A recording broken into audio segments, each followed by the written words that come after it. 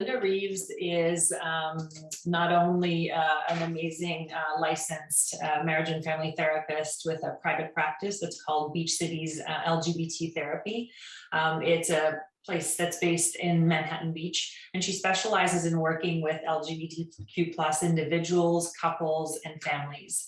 She's also an adjunct professor at Antioch University, and she's super active in the local community, not only in her therapeutic endeavor, but also as really a stand and an ally in the community who's visible with the Chamber of Commerce of Manhattan Beach, with the local schools, the Beach City's Health District, Adolescent Mental Health Task Force.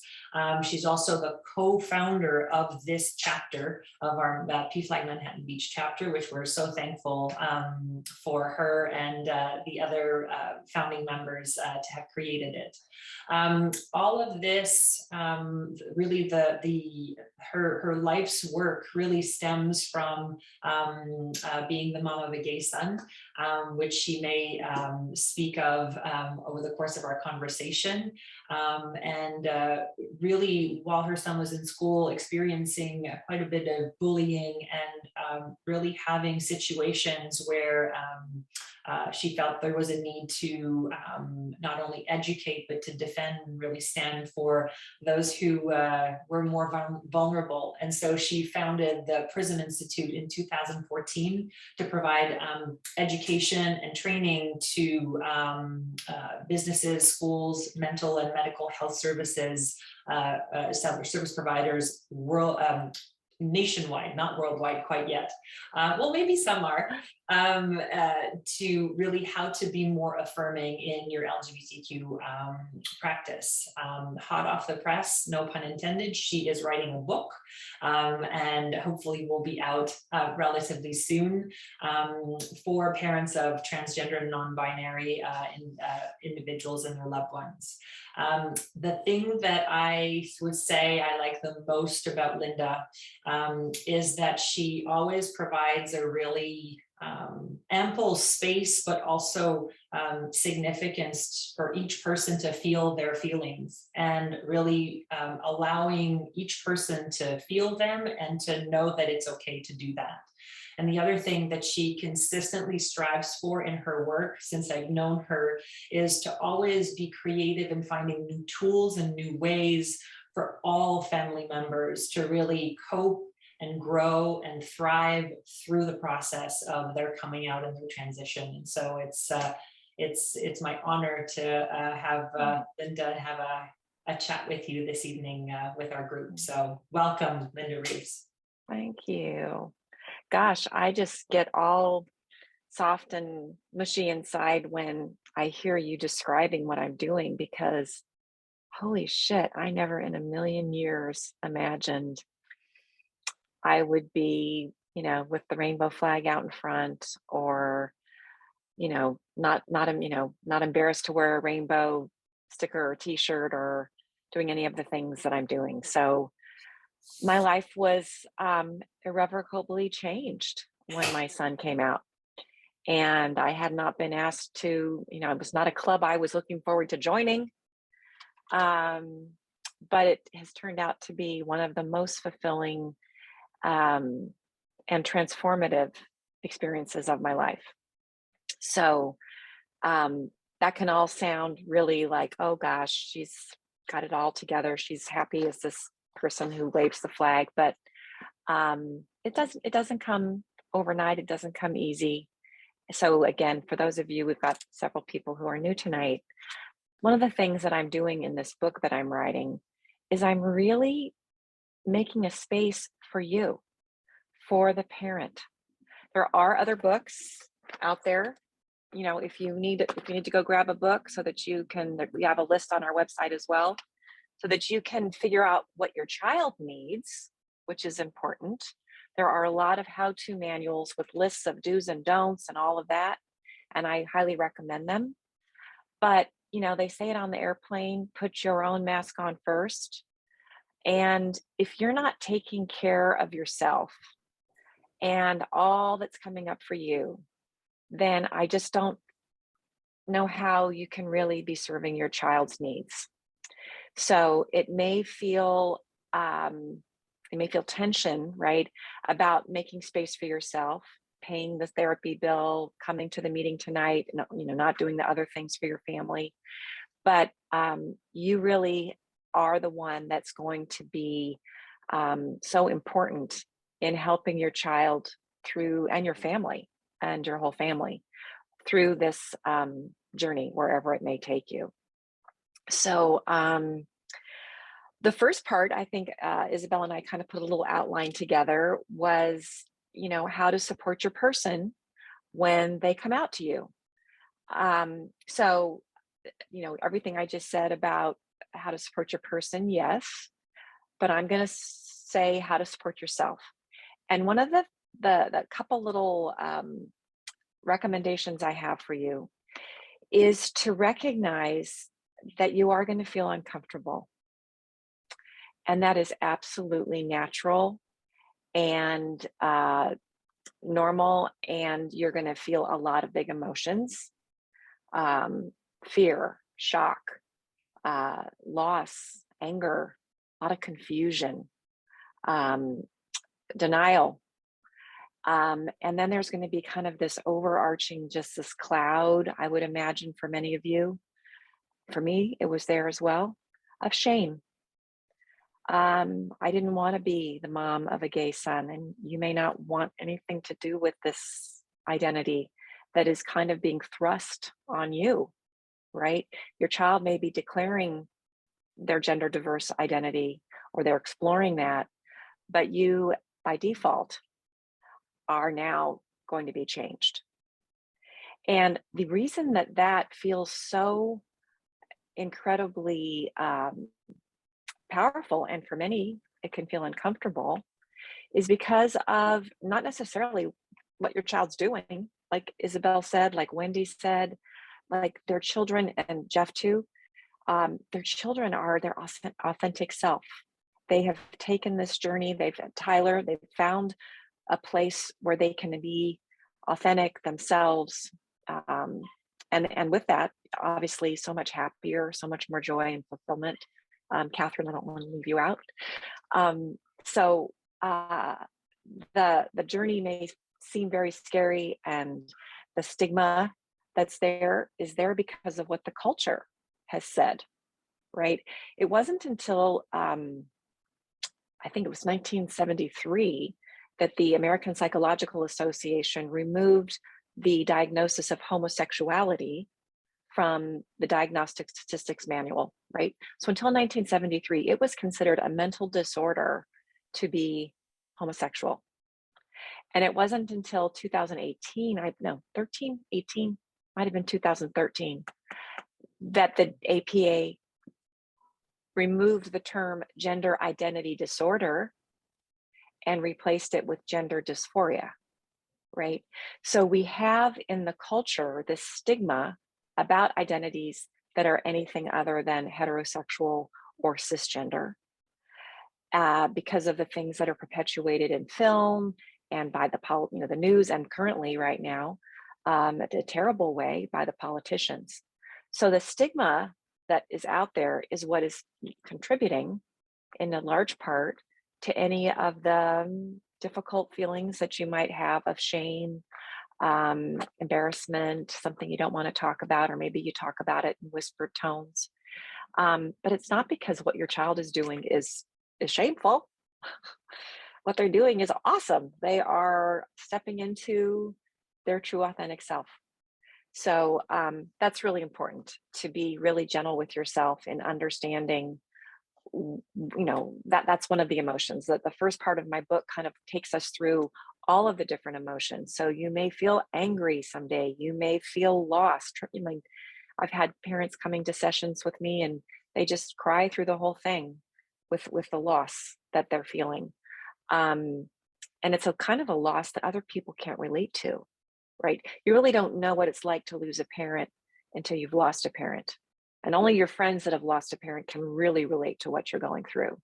So this is a great place for you to come where other parents can relate to what you're going through. So if you don't feel supported and affirmed by your usual group of friends, welcome to our family where you can feel that. Let me see here. So supporting yourself. I would say, you can do that here, of course. Some people enjoy their own personal therapy. Parents ring me up from time to time, and it's not the kind of thing that they need to do for the rest of their lives, but maybe just, a few months to kind of unpack all that's coming up, get their rudder in the hand on the rudder so they kind of know which direction they're going. So that might be something that would be helpful to you. Siblings. Let's think about the child that's coming out, your other children and siblings. Like I said earlier, when your child is coming out, the whole family really is coming out. You may have younger children, some of you, who and they're similar aged siblings, or maybe at the same school, right? So it's not a secret. Now, your gender diverse person's sibling is maybe being teased, right? Oh, you're the one whose sister is non-binary, or you're the one whose blah blah blah is whatever. So the kids are notoriously cruel and can take a lot of cheap shots at family members as well. So be cognizant that as you're tending to all of the people in your family, that the siblings can also sometimes struggle because it's not something that they want. That now maybe they're getting some extra attention, maybe they're being bullied, and they didn't even do anything, right, to be the center of attention. I also notice sometimes with siblings that if you have a transgender, gender non-binary child who's really, really struggling, that sometimes your other children might be afraid to burden you with stuff that they're going through because they see all how consumed you are, maybe caring for your gender diverse child, that your other children may kind of hold back and not be as overt and communicative about ways that they might need you. So it's going to be incumbent upon you to be a little bit more proactive and just be aware that sometimes is a phenomenon that happens. Once kids start to learn empathy, right, they can sometimes not want to burden you. So let's see here. The other thing I wanted to mention in this coming out part was the stereotypes, right, that you may have in your mind. Part of what might be making this uncomfortable for you is that you've internalized negative stereotypes. I know I did. One of my biggest concerns for my gay son was that he was going to get AIDS. I grew up during that time. I was in college during the AIDS crisis, and I was just a wreck, thinking that was his destiny. So be aware that these stereotypes get into you without your invitation. It's kind of like the way that carnations are green on St. Patrick's Day, right? They're green because they've been in a vase full of water with green food coloring, and the green food coloring went up the stem and out into the petals. So you don't realize it, but you've internalized, most likely if you've lived in our culture, negative stereotypes about LGBTQ people. So, you may have to you might even feel some guilt about that. But don't, because it just happens unknowingly. And as long as you start to become aware of it, then you can question whether it's actually something that you want to hold on to or maybe just let go of.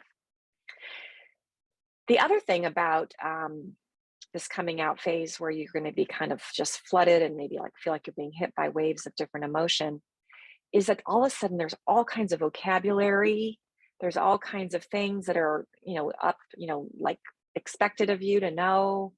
And so education, like emotional attention to yourself and your family, but also education. This is a great place to come and ask questions. We've got loads of resources, but again, also the books. And parents don't like to feel confused. We like to come in with the answers. We like to feel confident. We know what the kid needs. And you're now maybe in a dynamic where you don't have a clue. So that's going to bring up some feelings of insecurity and what's wrong with me. And you may be someone who's hard on yourself. So again, the best way for you to get past some of those feelings is to become a student of gender. And there's lots of books. There's groups you can join. There's wonderful websites with great information. One of them I have up here so I don't forget. It's called Reimagine Gender. It's founded by one of the people who slid off from Gender Spectrum. And what I want to plant, a seed I want to plant in your mind, is that the generations that are younger than us, so Generation Alpha, right, follows Generation Z. Generation Alpha is growing up right now, with their phone connected to their hand, and any answer is available to them on the internet, and they're living in a culture with a much more accepting perspective on gender.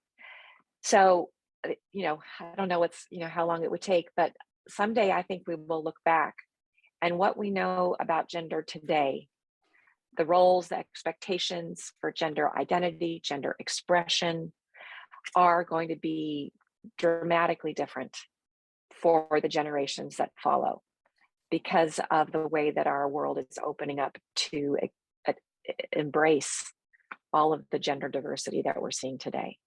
So it may feel like your mind is exploding, right? When you think about what is this non-binary thing, right? You're going to have to learn about it, right? It's real. It's just as real for people who experience a non-binary identity as it is for me that experiences a female cisgender identity. So again, being sensitive and compassionate with yourself, with concepts that don't feel right, that aren't familiar, really important, that you don't expect your kid to teach you. That's another thing. When I work with teens and younger kids, they hate the idea that they have to educate their parents or their teachers for that matter. So as much as you can do certainly they can educate you about what their personal experience is. Yes, absolutely, because you don't want to be making assumptions about what they're going through or what certain words mean to them. But from the general education on gender identity, what the different words mean, that's really great if you can get up to speed on that yourself and not lean on your child. Should we move on to the next section, Isabel? Sure. I actually did have a question. Thank you, because you're being so thorough, and also kind of giving the down into the details, and then kind of zooming out the lens so that they're to show that it's really all encompassing.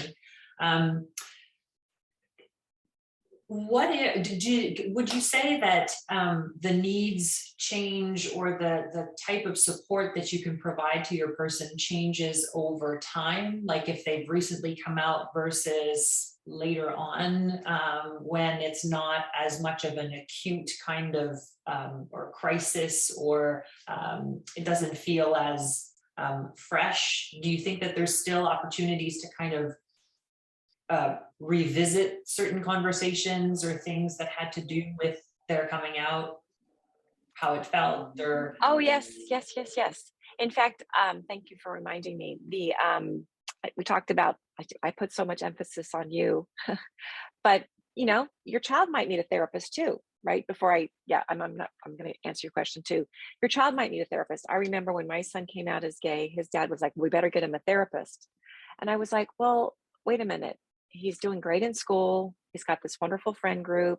He's not depressed. He's not crying. He's not anxious. He's not hurting himself. He's eating. He's functioning. Like, no, my son at that time didn't go to a therapist, right? Not everyone does need a therapist.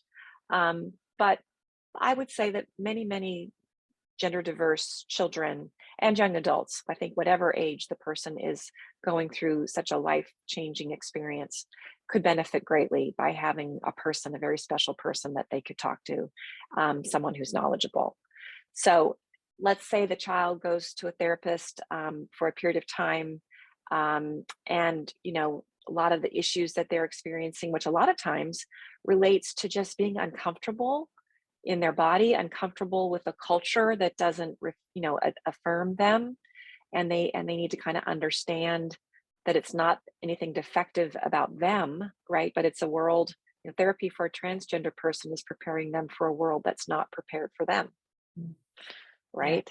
So there may be a time when they resolve, right? But later, when they're now maybe going off to college, or they're starting to date, or they're maybe they're changing jobs or transitioning in the workplace, they may need some more help at those later times.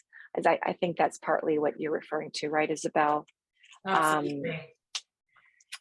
These are other key times when a person, a child who comes out in elementary school or middle school, well, elementary school more than middle school, might not be thinking about dating, right? They might not be worried about what they're going to tell their boyfriend or girlfriend someday about their body, right? Or the truth about themselves, right?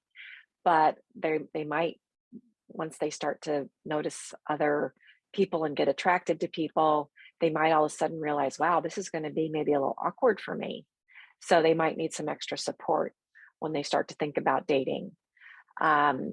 People who, again, are transitioning later in life when they're working, they might need to see a therapist to talk about how to handle things at work. A lot of people put off transitioning because they're concerned that they might lose their job, right? There's not a lot of laws supporting transgender people. We have more of them in California, but other states are very discriminatory.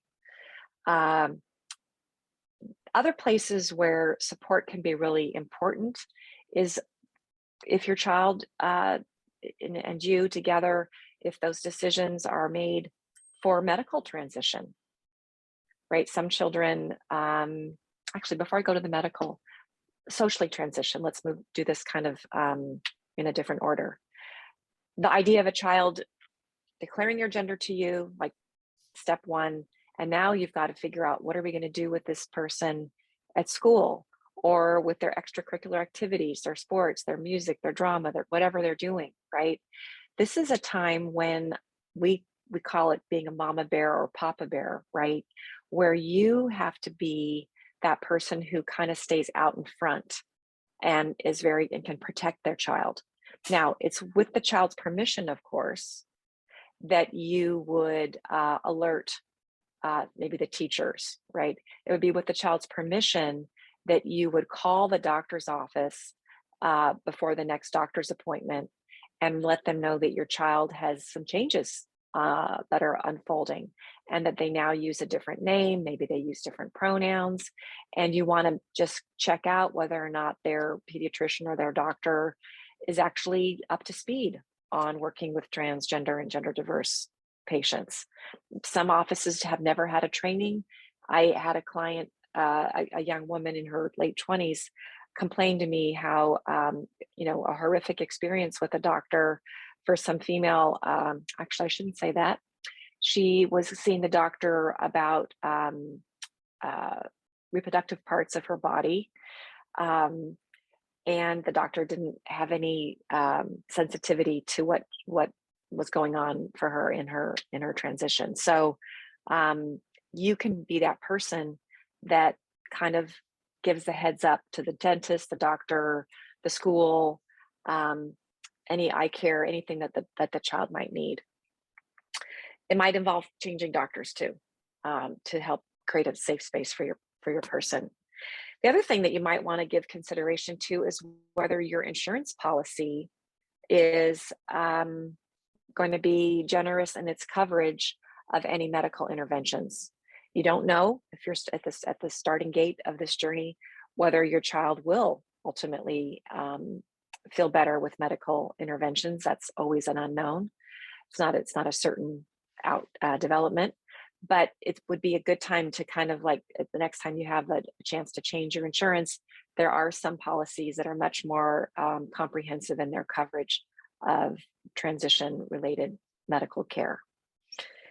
I think along the way is checking in with your person in terms of you may think you know what's good for them or what they might need, but nobody's going to know better than them.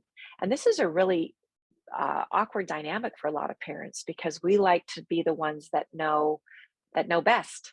But if you've never been through a gender transition and you've never been through your child's in particular gender transition, then you're not going to know what's best for them until they can communicate that to you, right?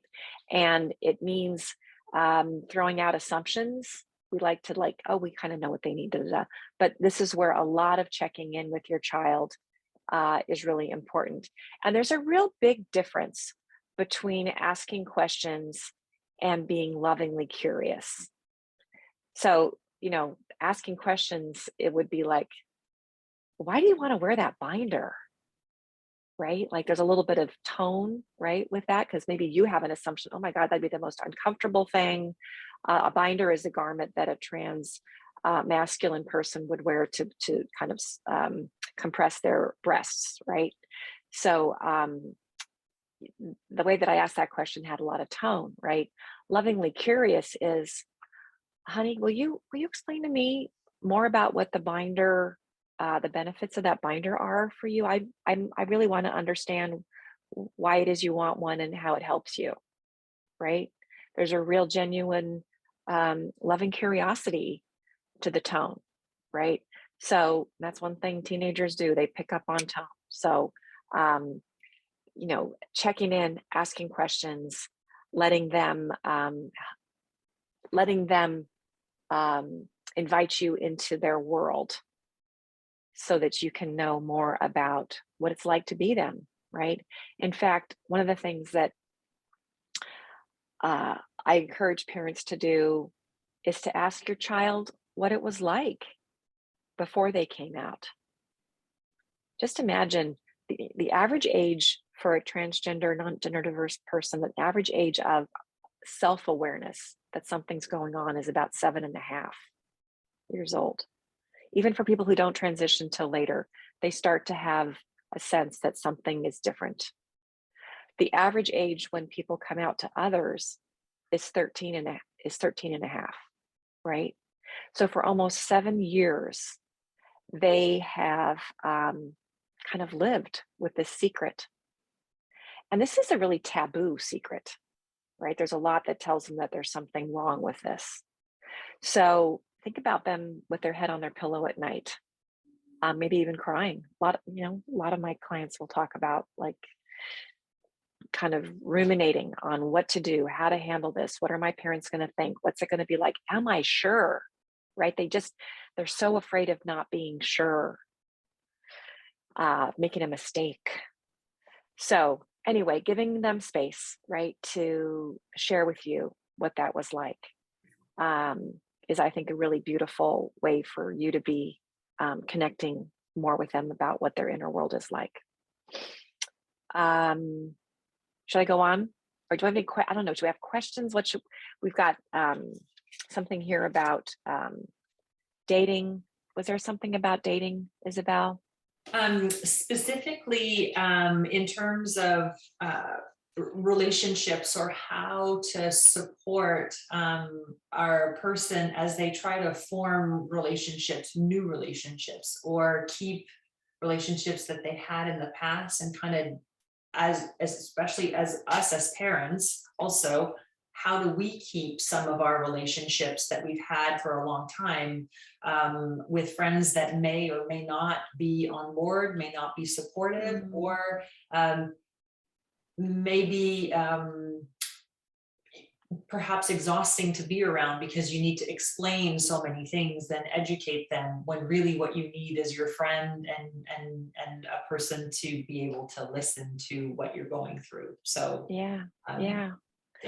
So I'll start with that idea of then coming back to the mama bear or the papa bear, because even extended family, your parents, right, aunts and uncles, this is where, everyone's going to have an opinion.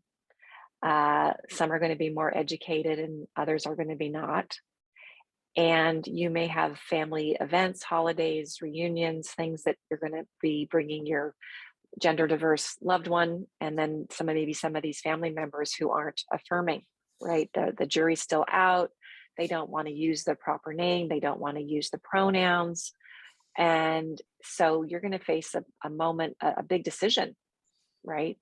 About whether or not you want to include those people at the family event if they're not going to be able to be affirming to your child. And I would say to you that it's probably really, really important that you prioritize the mental health of your child, right? Because they don't have as much resiliency. They're not equipped to understand all that's going on as well as an adult might be. So those are hard decisions. And it can come down to something very simple. We really, where you would say to someone, yes, our child is exploring their gender. We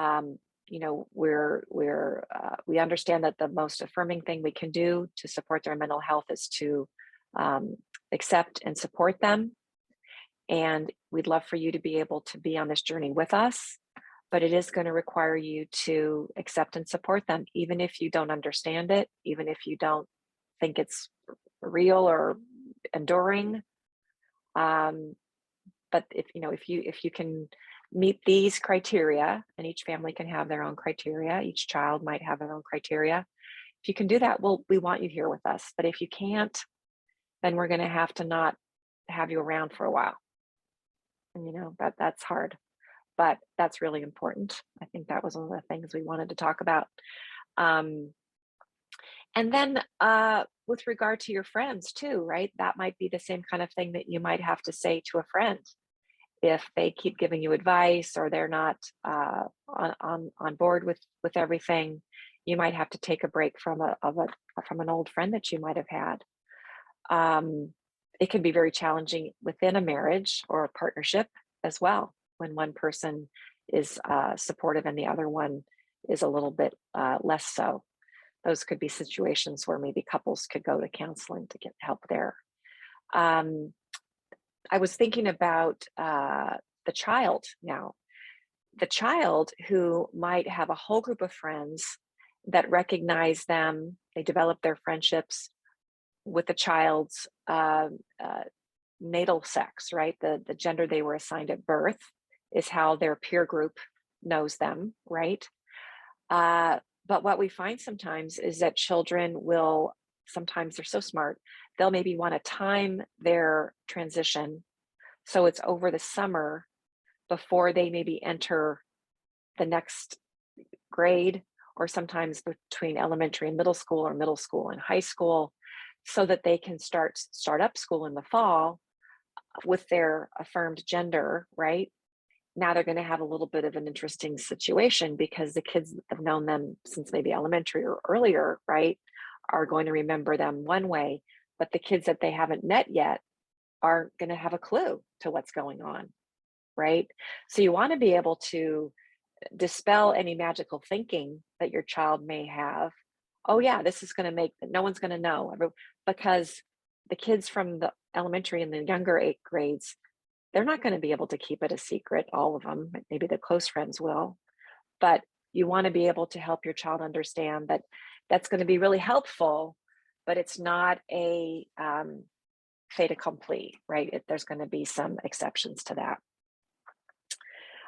While I'm talking about children in school, I also just want to mention that there are laws that support your child in California's public schools to be able to be referred to with their chosen name and pronouns, to be able to have their ID card, their email address, their picture in the yearbook, all in alignment with their expressed gender, right?